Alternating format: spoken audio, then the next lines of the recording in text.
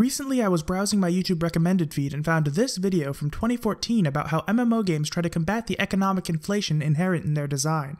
It's a pretty good video and I'll link it in the description, but it didn't go into very much depth about the various solutions developers can use to halt or slow down the inflation of their economy.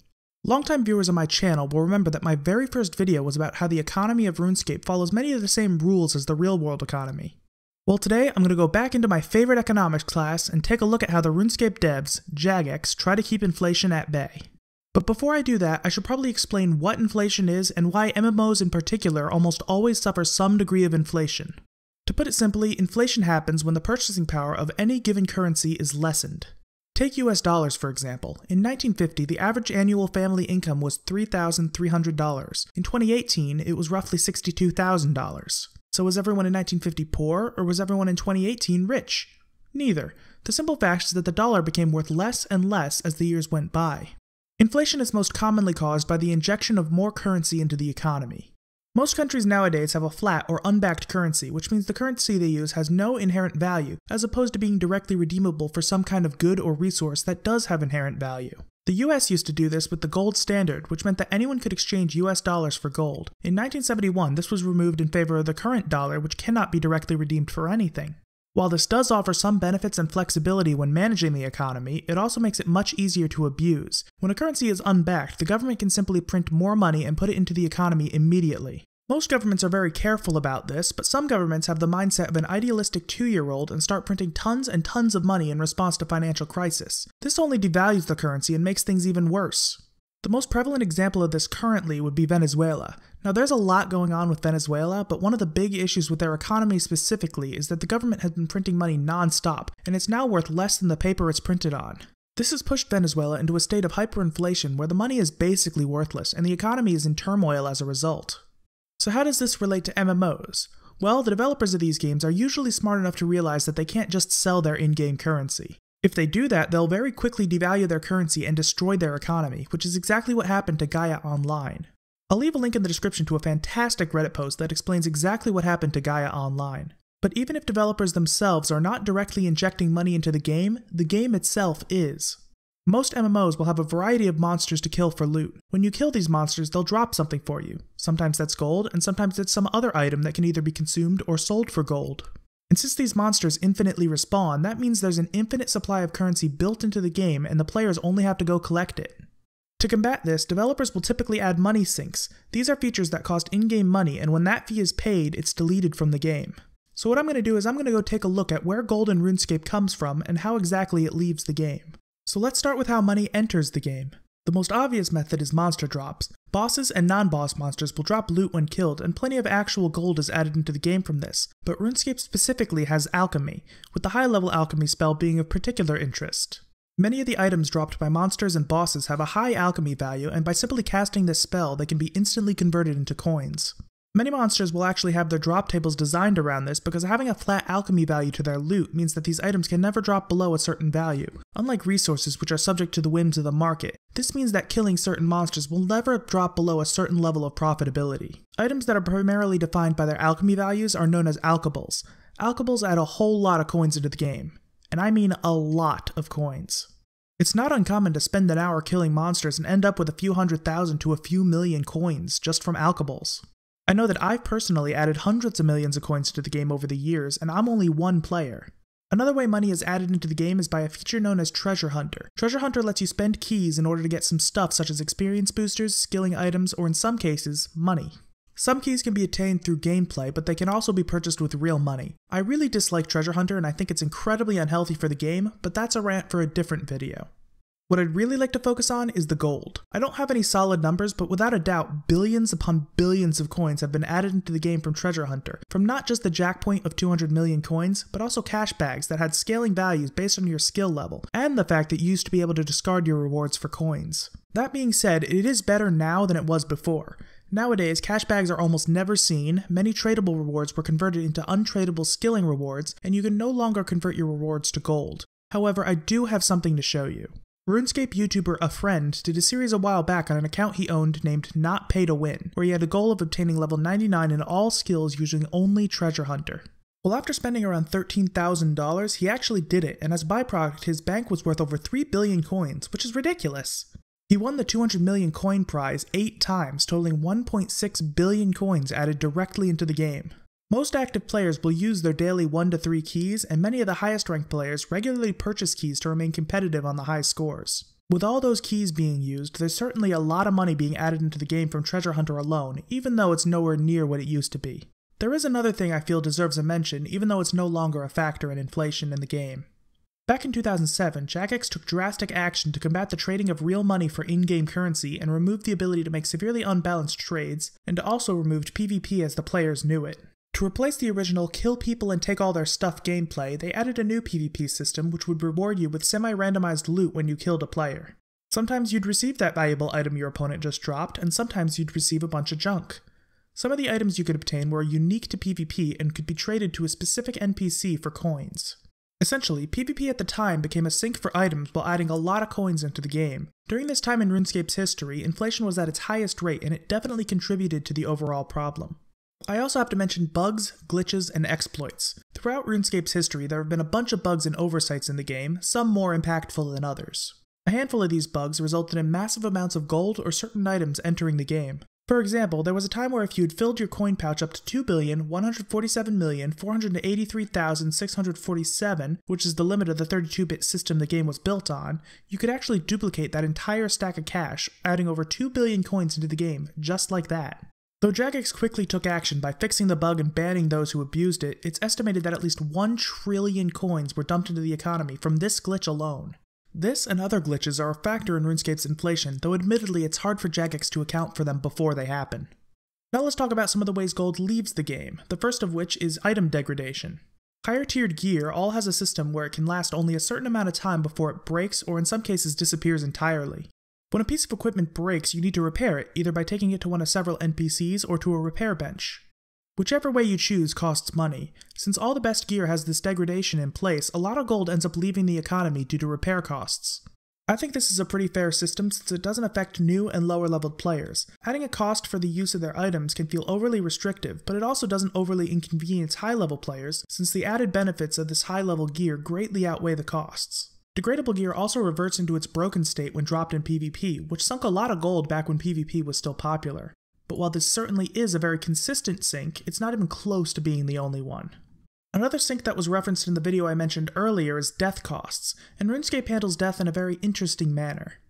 Back in the day, when you died, you just dropped all your items on the ground. If you were fast, you could make it back before it disappeared, but oftentimes other players would just loot it all. Later on, Jagex added gravestones which would protect your items for a while, giving you plenty of time to make it back to collect your stuff.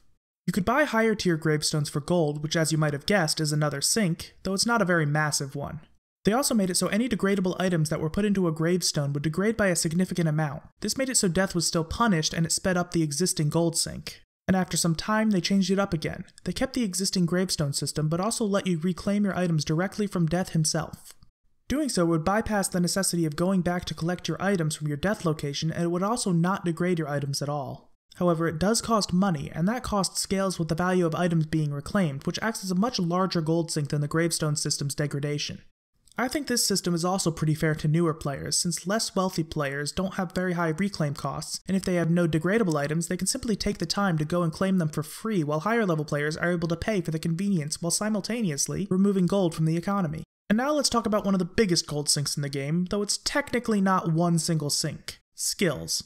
In RuneScape, more so than other MMOs, there's a culture of completion and leveling. A common goal for a RuneScape player is to get one or more skills to their maximum level, with many such as myself going for every single one of the 27 skills the game has to offer. Some players will even strive to reach the experience cap for various skills, which takes around 15 times as many experience points as simply getting the highest level. Jagex has taken advantage of this by releasing several skills that have turned into massive gold sinks. Let's look at the construction skill. Construction requires planks. To create planks, you need to take the relevant logs over to one of several NPCs who will convert them into planks in exchange for gold. See where this is going? Construction is a very expensive skill, and a large portion of that expense is gold simply leaving the game. Another example is summoning, which is done by creating summoning pouches which can be then used to summon familiars. These pouches require spirit shards, and they can be bought in bulk from certain NPCs for 25 coins each. This is another extremely expensive skill, but at the highest levels you gain access to incredibly useful familiars, so even players who aren't that invested in their skill level have an incentive to train it and at the same time eliminate gold from the game. It's an elegant solution. And now I need to mention bonds. Bonds are a pretty neat system, and a lot of MMOs are doing something similar nowadays. See, one constant problem that plagues MMOs is the real-world buying and selling of in-game currency. On its own, it may not seem like a huge problem, but once people realize they can make real money, that's when shady things start happening. Players start scamming legitimate players, hijacking accounts, and generally doing whatever they can to get in-game money. They'll also use bots, which are programs that will automatically play on an account, making it do things without any player input. Usually there will be one person who runs many bots at a time for the purpose of simply farming gold. There was a time when Runescape was absolutely infested with bots who made it not only tough to do anything at certain skilling locations, but also severely lowered the value of many skilling supplies, which made it more difficult for legitimate players, particularly low-leveled players, to make money. But that's not even the biggest issue. A lot of the people who ran large-scale botting operations would pay for the account's membership using stolen credit card information. When the owners of these cards found out, they would issue a chargeback, which Jagex was legally responsible for covering. And if this wasn't bad enough, the largest credit card providers were getting so many chargeback requests that they threatened to completely cut Jagex off if they didn't fix it. And now we introduce bonds. For years, Jagex's primary means of combating real-world trading was attacking it at the supply side by banning bots, accounts who sold gold, and implementing software designed to detect and/or break bots. However, while they're still doing that, they also began attacking the demand for gold selling with bonds. Bonds are an in-game item that can be purchased for real money. This item can be redeemed for a variety of things, the most notable of which is RuneScape membership. This offers players a means of purchasing money that's both safer with their card info and won't put their accounts at risk of a ban. According to Jagex, the introduction of bonds has significantly hurt the demand for real-world trading, and alongside the supply side attacks, it's made bots a lot less common. So where does gold sinking come in? Well, when a bond is traded from one player to another, it becomes untradeable.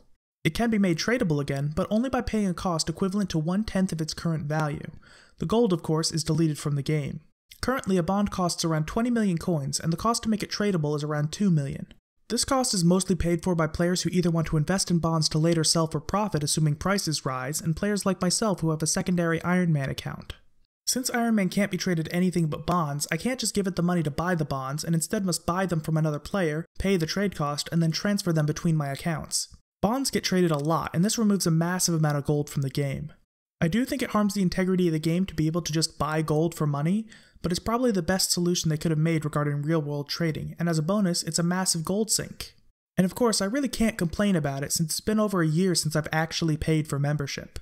There are other smaller scale ways that the gold enters and leaves the game, but they aren't individually impactful enough to go over here. So we're done, right? Nope. If it was just a simple case of things that add gold versus things that subtract gold, that would be too easy. I can't talk about the flow of items and gold into RuneScape without talking about the invention skill. Let me just get this out of the way and say that invention is incredible. It's probably the best thing that Jagex has done in the past 5 years for the long-term health of the game.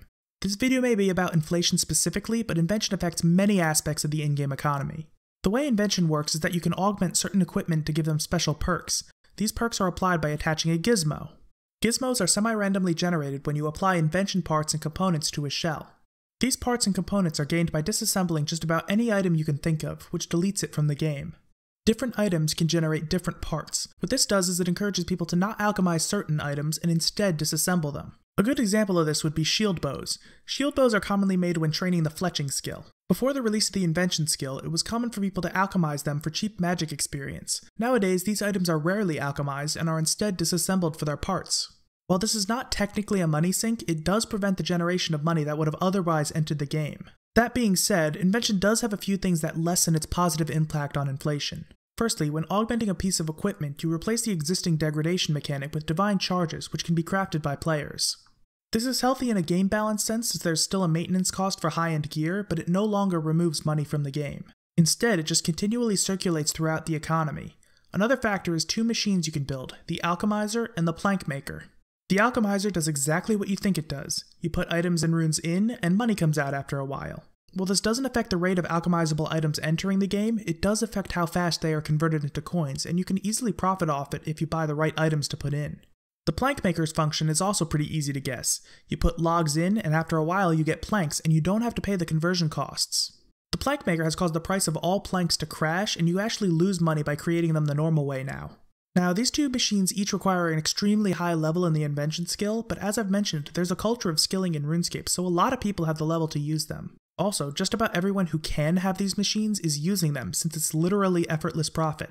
This means that products are alchemized faster, and it's also made it so that construction sink is almost non-existent, since many players are just passively producing planks at all times. That being said, I do think the invention skill prevents more gold from entering the game than it prevents from leaving. Plus, invention does so many other good things that it would be worth it even if it was the other way around. And honestly, I think it's a big factor in why the value of gold, the purchasing power, has been relatively stable for the past few years. It really is fascinating how the relatively simple ability for players to trade with one another can result in so many complexities and parallels to the real-world economy. Inflation has caused societies to collapse in the real world and has decimated player counts in virtual ones. A developer's response to inflation has to be thought through and well executed, or it could have wide-reaching consequences, just as governments need to take care when addressing inflation in their own economies. Don't let anyone tell you that video games rot your brain. As always, thank you all for watching, and I'll see you next time. Can you make my world